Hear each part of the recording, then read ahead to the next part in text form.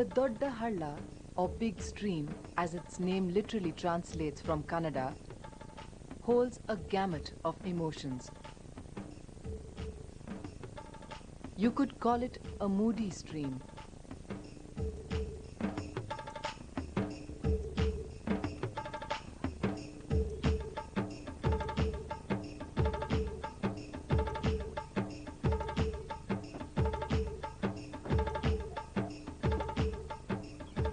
But for most of the year, the Dodda Halla is a quiet stream that meanders its way through parts of Tumkur district before emptying itself into the Kallamballa tank and from there into the Tungabhadra river.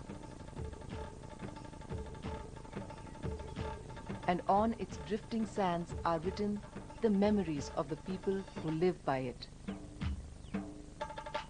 ಪರಿಸರ ಏನು ಚೆನ್ನಾಗಿದ್ದವಾಗ ಈ ಮರ ಮಂಡಿಗಳೆಲ್ಲ ಮರ ಮಂಡಿದೆ ತಾನೆ ಎಲ್ಲ ಚೆನ್ನಾಗಿದ್ದವಾಗ ಒಳ್ಳೆ ತೆಗುವಾಗಿ ಒಳ್ಳೆ ಸೊಂಪಾಗಿ ಒಳ್ಳೆ ಗಾಳಿ ಒಳ್ಳೆ ಇದು ಇತ್ತು ಮರ ದೊಡ್ಡ ದೊಡ್ಡ ಮರಗಳಿದ್ದು ಈಗ ಏನೇನು ಇಲ್ಲ ಗಿಡಗಳು ಎಲ್ಲ ಹೊರಟೋಗ್ಬಿಟ್ಟು ಈಗ ಏನು ಮಾಡಿದ್ರು ಒಂದು ತೆಕ್ಕಿ ಸೊಪ್ಪು ಸಿಕ್ಕಲ್ಲ ಬಗ್ಗೆ ಸೊಪ್ಪು ಕಡಿದ್ರೂ ಸಿಕ್ಕಾತಿಲ್ಲ ಮೊದಲು ಬೇಕಾದಂಗಿರೋದು ಅಷ್ಟೊಂದು ಚೆನ್ನಾಗಿತ್ತು ಒಳ್ಳೆ ಸೊಂಪಾಗಿ ಒಳ್ಳೆ ತನ್ನ ತಾಯಿ ಹೊಟ್ಟೆ ಒಳಗೆ ಇದ್ದಂಗಿತ್ತು ಆ ನೆಳ್ಳು ಇದು ಒಳಗೆ ಅಷ್ಟೊಂದು ಸಂತೋಷವಾಗಿ ಒಂದು ಊಟ ಇಲ್ದಿರೂ ಆ ನೆಳ್ಳಿನ ಇದಕ್ಕೆ ಕುಡ್ಕೊಂಡು ಚೆನ್ನಾಗಿರ್ಬೋದಾಯಿತು ಆನಂದವಾಗಿದ್ವಿ ಅವಾಗ ಇವಾಗ ಊಟ ಬ್ಯಾಸಿಗೆ ಕಾಲ ಆಗ್ಬಿಟ್ಟೈತಿ ಏನೇ ಊಟ ಮಾಡಿ ಏನೇ ತಿಂಡಿ ತಿಂದ್ರು ಜನಗಳಿಗೆ ನೆಮ್ಮದಿಯಲ್ಲಿ ಬಂತು. ನನ್ನ ಹೆಸರು ಭೀಮಣ್ಣ ಅಂತ. ಅಂದರೆ ನಮಗೆ 12, 13, 14, 15ನೇ ವಯಸ್ಸಿನಲ್ಲಿ ನಾವು ಚಿಕ್ಕ ಮಕ್ಕಳಾಗಿದ್ದಾಗ ಸ್ಕೂಲ್ ಬಿಟ್ಟ ನಂತರ ಹುಡುಗರೆಲ್ಲ ಸೇರಿ ಈ ಹಳ್ಳಕ್ಕೆ ಬರ್ತಾಯಿದ್ವಿ. ಈ ಹಳ್ಳಕ್ಕೆ ಬರ್ತಾಯಿದ್ರೆ ಈ ಹಳ್ಳ ಅವಾಗ ಯಥೇಚ್ಛವಾಗಿ ಎತ್ತರವಾಗಿ ಹಳ್ಳು ನಮಗೆ ನೋಡೋಕ್ಕೆ ಸುಂದರವಾಗಿ ಕಾಣ್ತಾ ಇತ್ತು. ಆ ಹಳ್ಳ ನೋಡಿ ನಮಗೆ ತುಂಬ ಆನಂದವಾಗಿ ಆಡಬೇಕು ಅಂತ ಆಸೆ ಇತ್ತು. ಹಳ್ಳ ಬಂದರೆ ಹಳ್ಳ ಕಮ್ಮಿ ಆಗೋವರೆಗೂ ನಾವು ಹಳ್ಳದಿಂದ ಈಚೆಗೆ ಬರೋಕ್ಕಾಗ್ತಿರ್ಲಿಲ್ಲ. ಆ ಕಡೆಯಲ್ಲೇ ಇರ್ತಿದ್ವಿ, ಈ ಕಡೆಯಲ್ಲಿ ಇರ್ತಿದ್ವಿ. ಯಾಕೆಂದರೆ ಸುಮಾರು ಒಂದು 3 ಕಿಲೋಮೀಟ್ರ್ ನೀರು ಹರಿತಿತ್ತು ಸರ್. ಇದು ನನಗೆ ಈ ದೊಡ್ಡ ಹಳ್ಳದ ಕುರಿತಾಗಿ ಸುಮಾರು ಒಂದು 25-30 ವರ್ಷಗಳಿಂದನೂ ಕೂಡ ನಾನು ನೋಡಿದ್ದೀನಿ. ಯಾಕೆ ನಾನು ತುಂಬ ಚಿಕ್ಕಂದಲ್ಲಿ ಇರ್ಬೇಕಾದ್ರೆ ನನ್ನ ರಿಲೇಟಿವ್ಸ್ ಮನೆಗಳೆಲ್ಲ ಕೂಡ ಇಲ್ಲೇ ಈ ಅಕ್ಕಪಕ್ಕದ ಹಳ್ಳಿಗಳಲ್ಲಿತ್ತು. ಹಾಗಾಗಿ ನಾನು ಬರಬೇಕಂದ್ರೆ ಈ ಬೇಸಿಗೆ ಕಾಲದಲ್ಲಿ ಅಂದರೆ ಏಪ್ರಿಲ್ ಮೇ ತಿಂಗಳಲ್ಲೆಲ್ಲ ಕೆಲಸ ನಾವು ಬರಬೇಕಾದ್ರೆ ಆ ಕಡೆಯಿಂದ ನಡ್ಕೊಂಡು ಬರ್ಬೇಕಾದ್ರೆ ತುಂಬ ದಣಿವಾದರೆ ಈ ಹಳ್ಳದಲ್ಲಿ ಒಂದು ಸಣ್ಣದು ಒಂದು ಚಿಲ್ಮೆ ಥರ ತೆಗೆದುಬಿಟ್ಟು ನಾವು ಅಲ್ಲೇ ಅದರಲ್ಲಿ ನೀರು ಕುಡಿದು ನಮ್ಮ ದಣ್ಯವನ್ನು ಕೂಡ ನಿಗಿಸ್ಕೊಳ್ತಿದ್ವಿ. ಅಷ್ಟೊಂದು ನೀರಿನ ಮಟ್ಟ ಮೇಲೆ ತುಂಬ ಮೇಲೇನೆ ಇತ್ತು. For the communities here, the Dodda Halla is many things. It provides water to drink, a place for their buffaloes to wallow in, a source of irrigation for their areca nut trees and paddy crops, and it is home to the fish that many of the people harvest here for their kitchen and livelihood. While the Dodda Halla can be moody and difficult, her people know her moods and shape their lives to its flow.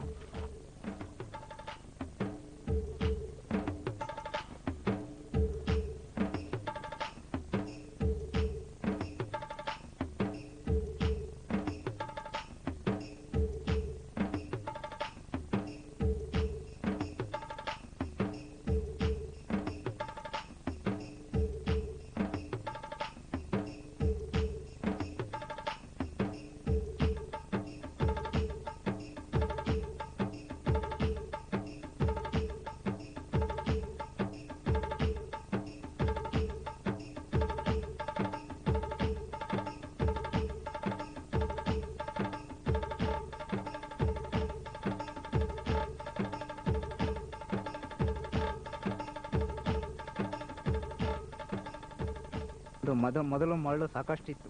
ಈಗ height ಏನಿದೆ ಇದು ಆ ಲೆವೆಲ್ಗಿತ್ತು. ಅದರಿಂದ ಏನು ತೊಂದರೆ ಆಗ್ತಿರ್ಲಿಲ್ಲ. ಹಳ್ಳ ಬಂದರೆ ಹಂಗೆ ಹೋಗೋದು, ಒಳಗಾಗ್ತಿ ಹೋಗೋದು. ಈಗ ಏನಾಗಿದೆ ಈ ಮರಳೆಲ್ಲ ತುಂಬಿರೋದ್ರಿಂದ ಎಲ್ಲ ಕೊರೆದ್ಬಿಟ್ಟು ಈ ಥರ ಎಲ್ಲ ಜಮೀನಿಗೆ ನಷ್ಟ ಆಗಿ ಸುಮಾರು ಈಗ 4 ವರ್ಷದಿಂದ ಇದೇ ಥರ ವರ್ಷ ಇಷ್ಟಿಷ್ಟು ಜಮೀನು ಹೋಗುತ್ತೆ. ಮತ್ತು ನಾವು ಈ ಅಡಿಕೆ ಮರ ಕಟ್ಟಿದ್ದೀವಿ ಅವಾಗಿನಿಂದಲೂ ಈ ಥರ ಆಗುತ್ತೆ.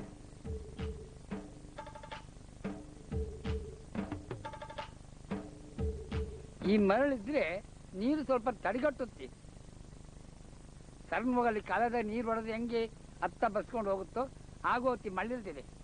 ಈ ಮಳ್ಳಿರೋ ದೆಸೆಯಿಂದನ ಸ್ವಲ್ಪ ತಡೆದು ಭೂಮಿಗೆಲ್ಲ ಆವರಿಸ್ಕೊಂಡು ಸುತ್ತನ ಎಲ್ಲ ಆವರಿಸ್ಕೊಂಡು ನೀರಿನ ಸೇಫ್ ಆಗುತ್ತೆ.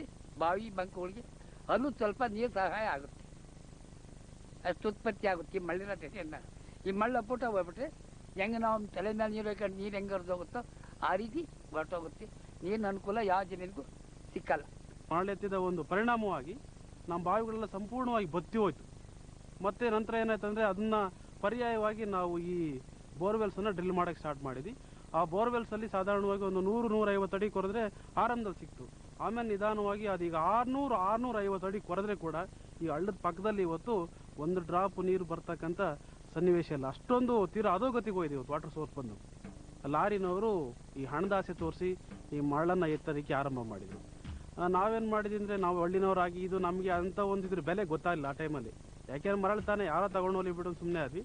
ಅದು ನಿಧಾನವಾಗಿ ಏನಾಯ್ತಂದರೆ ನಮ್ಮನ್ನು ಅಧೋಗತಿಯತ್ತ ಎಳ್ಕೊಂಡು ಹೋಗೋದಕ್ಕೆ ಶುರುವಾಯಿತು ಈ ಮರಳು ದಂಧೆ. ಒಂದು ಲೆಕ್ಕದಲ್ಲಿ ಹೇಳ್ಬೇಕಂದ್ರೆ ಒಂದಿನದಲ್ಲಿ 1-2 ಲಾರಿ ಬರ್ತಾ ಇದ್ದಂಥದ್ದು ಸನ್ನಿವೇಶದಲ್ಲಿ ಕೆಲವೇ ವರ್ಷಗಳಲ್ಲಿ ಅದು 100-150 ಲಾರಿ ಒಂದು ದಿನದಲ್ಲಿ ಬಂದು ಈ ಹೊಳದಿಂದ ಮರಳನ್ನು ಬೆಂಗಳೂರಿಗೆ ಎತ್ಕೊಂಡು ಹೋಗ್ತಕ್ಕಂಥ ಒಂದು ಮಟ್ಟದಲ್ಲಿ ದೊಡ್ಡ ಒಂದು ಮಾಫಿಯಾ ದಂಧೆನೇ ಆಗಿ ಬೆಳೆದೋಯ್ತು.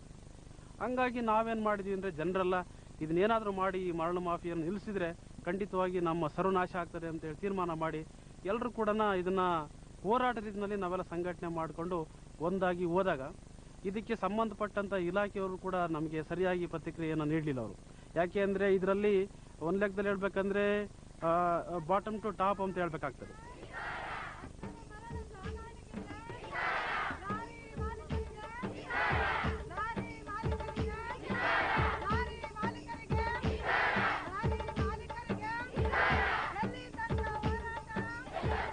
ನಮಗೆ ಮರಳು ಅಂದ್ರೆ ತುಂಬ ಒಂದು ತಾಯಿ ಸಮಾನ ಸರ್.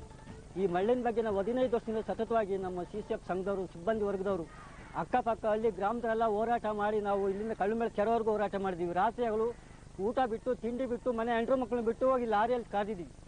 ಆದರೂ ಕೂಡ ಈ ಉಗ್ರಗಾಮಿಗಳು ಜಾಸ್ತಿ ಆಗಿಬಿಟ್ಟು ನಮ್ಮ ಅಕ್ಕಪಕ್ಕ ಹಳ್ಳಿಯವರಿಗೆ ನೆರೆಹೊರೆ ನೋಡಿ ತೋಟ ಗದ್ದೆಗಳು ಹಾಳಾಗೋಗಿದೆ ಸರ್. ಈ ಮಳೆ ತಂದು ಇದ್ರ ಬಗ್ಗೆ ನಾವು ಲಾರಿ ತುಂಬ ಹೋಗಿ ಗಲಾಟೆ ಮಾಡಿ ಬೇಕಾದಷ್ಟು ಒಯ್ದಾಟ ಮಾಡ್ಕೊಂಡು ರಾತ್ರಿ ಇಡಲ್ಲಿ ನಾವು ನಿಜವಾಗ್ಲೂ ಸುಳ್ಳಲ್ಲ ಸರ್. ನಾನು 4-5 ಸರಿ ಲಾರಿ ಮುಂದೆನೇ ಮನೆಗಿದ್ದೀನಿ, ನನ್ನ ಮೇಲೆ ಹೊಡ್ಕೊಂಡು ಹೋಗ್ಬಿಟ್ರಿ ನನಗೆ ಈ ಜನ್ಮ ಬೇಕಿಲ್ಲ, ನನಗೆ ಮರಳಬೇಕು ಅಂತೇಳಿ ನಾನು ಹೋರಾಟ ಮಾಡ್ತೀನಿ ಸರ್.